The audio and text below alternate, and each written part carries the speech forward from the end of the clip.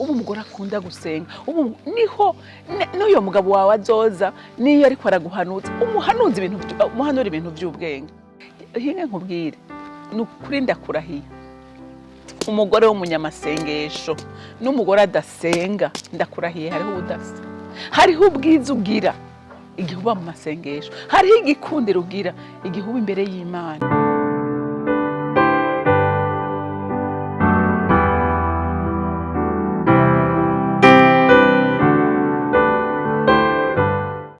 Bakunzi ba Kwigana TV, ndanezerewe kandi gusubira guhura namwe ngo tuganire ijambo ry'Imana. Reka rero imbere ko tuganira tubande twishire mu biganza by'Uhoraho. Mana nyene ububasha, Mana wewe uvyagiye ku ntebe y'inganje n'icubahiro mu ijuru, ndaguhaye icubahiro n'ishimwe bikubereye. Mana imwe rudende muremyi w'ijuru n'isi, Mana imwe rudende muremyi w'abantu, ndagushima kandi ndagukunda. Ndakuninahaza kandi ndagutazira kuko uri Imana yacu, kuko uri umuvyeyi wacu, kuko uri umutabazi wacu, kuko uri umwungere wacu turagira ku murango no mwijoro. Uri Imana idutegurira ibyiza uko bukeye nuko bwije. Niki gitondo ndazi neza ko duteguriye ijambo ryawe kugira ngo ritubere impamba yo muri runo rugendo, duhuriramo n'ibitugora n'ibitunaniza byinshi ariko tugahumurizwa n'ijambo ryawe. Mana we reka baza kuryumva mwami, ribagire ku bushobozi bwo kubakiza no kubahindura, kuko ijambo ryawe n'umuti, ijambo ryawe n'ubushobozi rirakiza kandi rirarera. Hanyuma icubahiro cyose n'amashimwe yose aba yawe, nkaba ndabisenze ndabyizeye kuvyumvise mu izina rya Kristo Yesu, amen amen. Ego tumaze iminsi turiko turavuga ku bagore b'ibigaba, ku bagore batagira iyerekwa, ku bagore barongorwa n'umwuka mubi, ariko umugore arongorwa n'umwuka w'Imana akora ibitangaza. Haleluya, akora ibikomeye. Rero ndashaka tuganire ku mudamu yitwa Esther. Esther yabaye umudamu yahevye ubuzima bwiwe, yemera gutabara ubwoko bwiwe. Aba umugore adasanzwe w'ubwenge bwinshi. Reka rero dusome muri Esther igice cya 4, turasoma kuva ku murongo wa 16 dushikane ku murongo wa 17. Haravuga ngo, reka duhere gatoyi hejuru duhere ku murongo wa 15. Maze Esther arabatuma yishura Moridekayi ati, genda ukoranirize hamwe abayuda bose bari Shushani, mwisonzeshe ku bwanje, mumara iminsi 3 ku murango no mwijoro mutagira ico mujya canke munywa. Nanje twe n'incoreke zanje tuzokwisonzesha dutyo mpeze mbone gushika aho umwami ari, nahari uguca mu cagezwe, kandi namba namukiwe no gupfa mfe. Nuko Moridekayi aragenda akora byose nk'uko Esther yamugeze. Imana ishimwe. Murumvise ubudasa buri hagati y'abagore tumaze iminsi tuganira. Twarabonye abagore babi, Yezebeli, Ahabu, bahanuye n'aba bagabo babo bakwegera imuvumo imiryango yabo. Twarabonye ko hariho n'abadamu bahanura bagenzi babo nabi, babona bariko baraca mu makosa, aho kubahanura ngo baveyo, aho kubahanura ngo bitandukanye n'ibyo, aho ko bakabatera inkomezi zo kubandanya kugendera muri uyo mwijima. Menya ngo nawe uri umuhanuzi mubi bizokugarukako. Imana idufashe.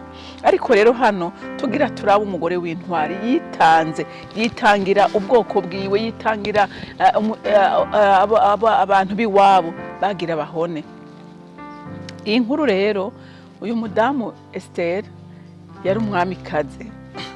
Hanyuma twaravuganye ko hariho itegeko ryari ryasotse ry'umugabo yitwa Amani yuko yasabye umwami ko abayuda bose bokwicwa. Hanyuma rero Esther onkre wiwe Moridekayi aramutuma ko ati, gira icyo ukoze kuko nutagikora turahona. Mugabo Esther aravuga ati, biragoye kuja imbere y'umwami. Ati umwami yatagutumye ko itegeko ryavuga ko umuntu agenda agaseruka imbere y'umwami atamuhamagaye kwari ukwicwa. Ariko icyo nkundira Esther, haleluya, n'umugore yamenye ibanga, n'umunyamasengesho, n'umugore azi ubushobozi buri mu isengesho. Rero nawe wa mugore wenda guhanura aho uri, ibibazo ntibizoreka kuza mu buzima bwawe, ntuzoreka guhura n'intambara, ariko ibanga rimwe ni ukumenya uwo ubwira, ni ukumenya aho uhungira, ni ukumenya uwo wisunga. Esiteri aravuga ati ibyo ari byo byose naho umwami atandekurira kujya imbere y'ubu, ndazi ko hariho umuntu amushobora, ndazi ko hariho umuntu yokora ku mutima wiwe akanyakira neza, aho nawe nta wundi arazi ko ari Imana yiwe. Haleluya, haleluya. Yari yamenye neza ko ari Imana yiwe, niyagenda imbere y'Imana agasenga, yaravuga ati ibyo byose Imana irashobora kunsiga igikundiro cyayo, hama ngaseruka imbere y'umwami akangirira neza. Haleluya. Rero naha twasomye aravuga ati jewe uye ngira ngende kuko sinoceceka mbona ibyago biriko biraba mubi wacu. Ati aravuga ati reka ngere naho guca mu cagezwe, ati no gupfa nshake mfe. Urumva Esiteri mu vy'ukuri imbere y'Imana, burya Imana yari yabonye ko yamaze guheba amagara yiwe, yemeye kuyatanga kubw'abandi. Mbega wowe uyu munsi utanga ikiguzi kihe iyo uri kurabona ibintu bitagenda mu rugo rwawe? Utanga ikihe kiguzi? Mbega iyo ubonye ibintu bitagenda mu gihugu utanga ikihe kiguzi? Mbega iyo ubona hari ibintu bitagenda ndetse no mu muryango wa Erage, ikiguzi utanga ni ikihe? Ni icyo ukurira cyangwa ni icyo gufuka mu gasenga ugahamagara Imana? Esiteri aramenya neza wo kubarira. Haleluya.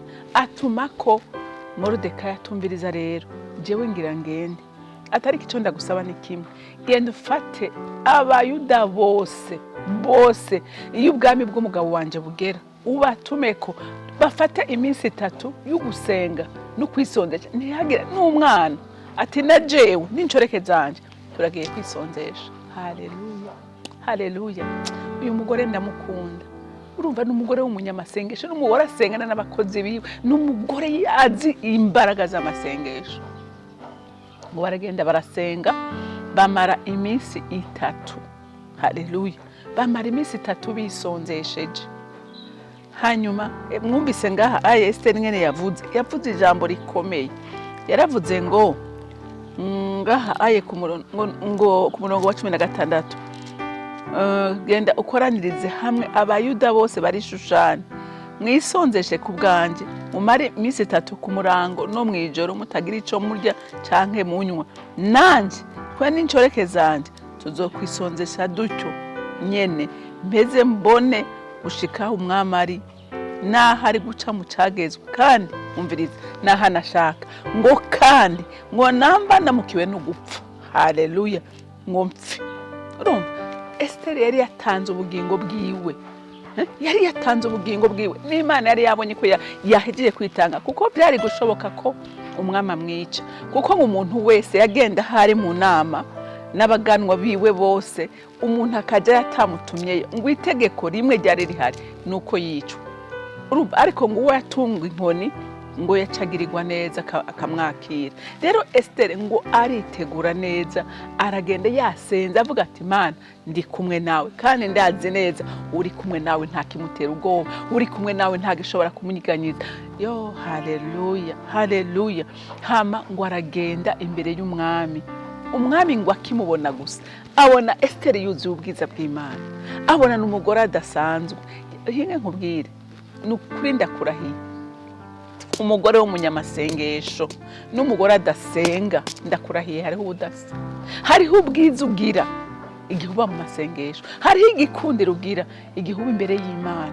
Ariko igihe wama kumarigara, igihe wama mu busambanyi, igihe wama mu kuraguza, mu kuroga, mu saku, wambara icankiro cya Satani. Umva Satani agutereza icankiro, kuko nta cyiza kiva kwa Satani. Ariko igihe uba ku gicaniro cy'Imana, igihe igicaniro cyawe gihora caka, uhorana akanyamuneza, uhorana ubwiza, uhorana amahoro, uhorana ibitwenge. Ndagutera intege wa mugore we, uba umunyamasengesho, uba umugore akunda gusenga, niho n'uyo mugabo wawe azoza, niyo ariko araguhanuza, umuhanura ibintu by'ubwenge.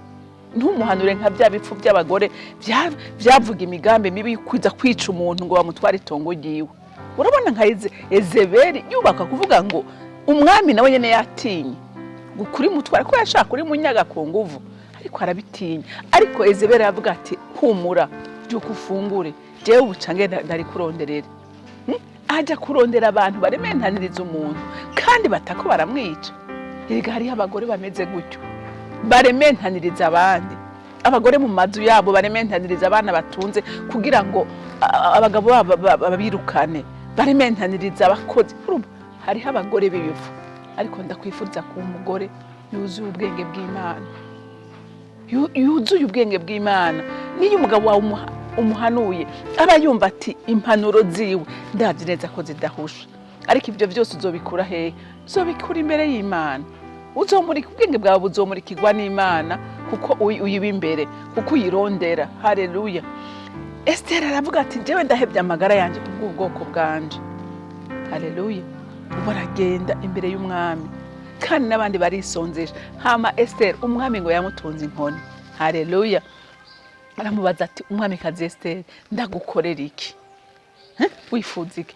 Yaranavuze ngo naho coba igice cy'igihugu canje ngo ndakiguha. Urumva ibyo nta kindi, nta handi biva ku mavi. Igikundiro mwene ico nta handi kiva, samavuta uba wisize, sama parfum witeye, si kandi nziza uba wambaye n'ikirato n'isakoshi. Oya, ni igikundiro cy'Uhoraho.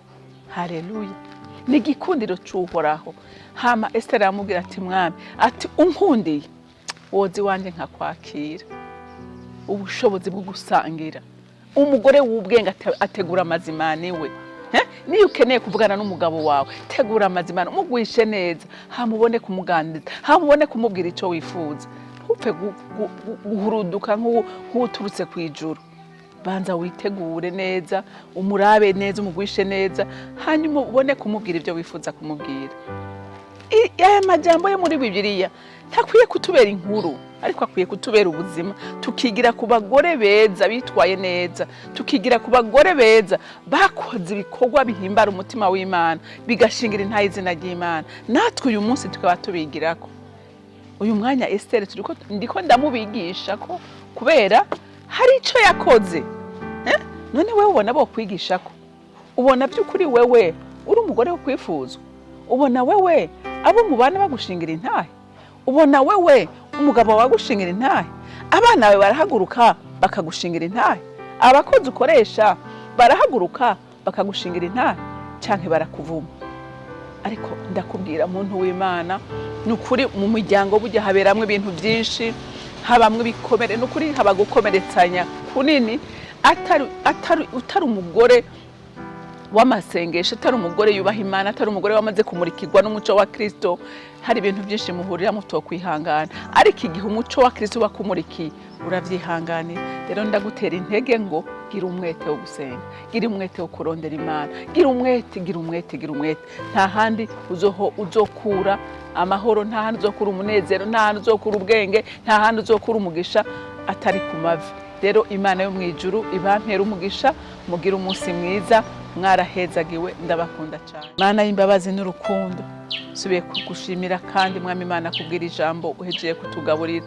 Nyemerera urisige, nyemerera yo mwami Yesu Kristo uriherekeze, rishike mu mitima y'abakobwa bawe mwami Imana bari mu buzimire kugira ngo ribamurikire. Nawe bifuze kumera nk'umugore nka Esther yitwaye neza, akiza ubwoko bwiwe kubw'ubwenge, kubw'amasengesho, kubwo guca bugufi. Mwami wanje uduhe guca bugufi nk'abavyeyi, uduhe guca bugufi nk'abagore, uduhe guca bugufi nk'abakoresha, uduhe guca bugufi mwami Imana nk'abagenzi. Uzobukoze wa Mana we, nta handi dukura imbaraga, nta handi dukura ubushobozi, nta handi dukura ubwenge, tubikura kuri wewe. Rero usiga abakobwa bawe mwami wanje, uzobukoze. Ndagushimiye, ndakurinahaje kubyumvise kandi wemeye kubikora. Icubahiro cyose n'amashimwe yose aba yawe, nkaba ndabisenze ndabyizeye kuvyumvise mu izina rya Kristo Yesu. Amen, amen. Mugire umunsi mwiza, mwarahezagiwe.